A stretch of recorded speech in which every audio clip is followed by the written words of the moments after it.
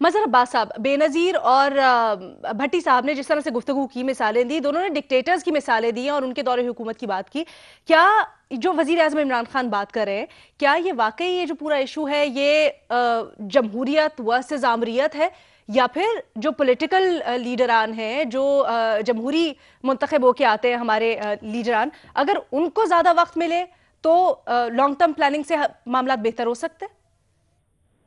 ऐसा करें, वजीर आजम एक, अब तो उनके पास मेजॉरिटी आने वाली है, एक आईनी तरमीम ले आएं और ताहुक्म सानी वो वजीर आजम रहें, या एक आईनी तरमीम ले या आएं आपने प्रिडिक्ट कर अपना। दी है उनके पास आने वाली अक्सरियत? हाँ, या नहीं, अक्सरियत तो आई जाएगी, अक्सरियत तो आ ही रही है उनके पास। ठीक है। और या आईनी ठीक है। तरमीम ला के 10 साल कर लें, 15 साल कर लें, 20 साल कर लें। हुकूमत या निज़ाम इस तरह नहीं चला करते। मुझे तो ताज्जुब है, वज़ीर आज़म मुझे खासे कंफ्यूज नज़र आते हैं सिस्टम के हवाले से। वो बुनियादी तौर पे कहना क्या चाह रहे हैं। अच्छा। अब जैसे हम्म। चाइना है, चाइना में वो बताएं कि चाइना में कितनी सियासी जमातें हैं जिनके हवाले से वो बात करें। मतलब एक रियासत मदीना से वो शुरू हुए हैं, रियासत चाइना पर आ गए हैं वो। रियासत पाकिस्तान के लिए कुछ सोचें, रियासत पाकिस्तान। और ये जब बात करते हैं ना कि लॉन्ग टर्म प्लानिंग, देखिए जब आप सिस्टम बना लेते हैं तो कोई हुकूमत आए कोई हुकूमत जाए, सिस्टम चलता रहता है।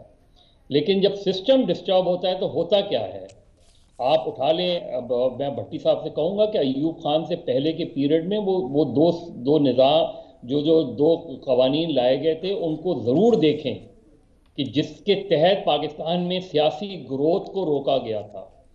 अगर सियासी ग्रोथ को नहीं रोका जाता तो पाकिस्तान में नौकरशाही भी अपनी जगह काम कर रही होती, जुडिशरी भी अपनी जगह काम कर रही होती, मीडिया भी अपनी जगह काम कर रहा होता, और पॉलिटिकल ग्रोथ भी हमें नजर आती।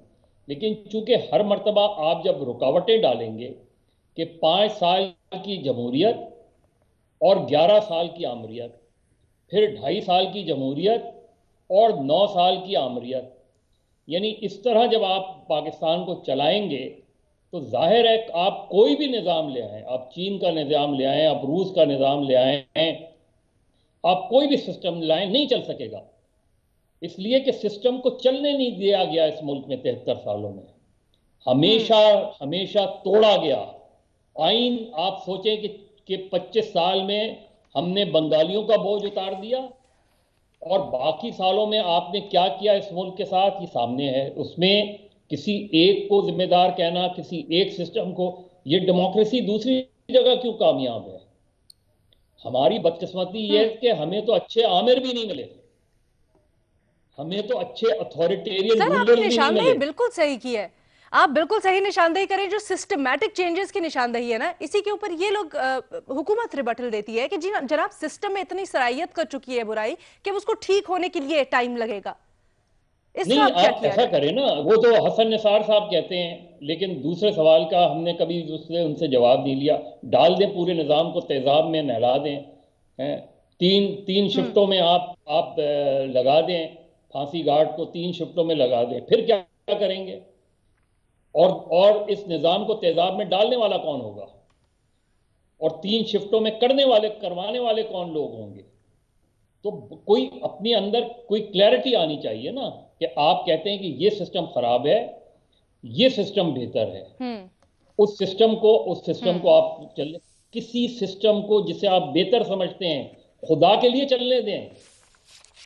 और वरना आप इसी तरह लड़ाई लड़ते रहेंगे, इसी तरह लूट मार होती रहेगी, इसी तरह लोग आएंगे।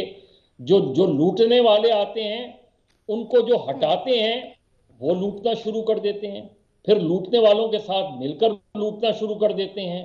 फिर आप अपनी अदलिया उठा के देख लें, क्यों अदलिया पे सवाल उठते हैं, क्यों जजेस पर सवालात उठते हैं। ठीक है। इसलिए कि आपके जजेस नजरिए जरूरत के तहत इस मुल्क को नुकसान पहुंचाते रहे हैं। आपकी अदलिया इस मुल्क को हम्म। नुकसान पहुंचाती रही है। आपके मीडिया का हाल देख लें, मीडिया मीडिया कम जिम्मेदार नहीं है। मीडिया मीडिया ठीक उतना है। ही जिम्मेदार है जितने बाकी आपके रियासती सुतून हैं। तो ये मेरा ख्याल है क्लैरिटी लाए वजीर आजम कि वो चाहते क्या हैं, वो कौन क्लैरिटी सा लाएं वजीर डेमोक्रेटिक आजम कि सिस्टम वो चाहना। चाहते क्या है। ठीक है।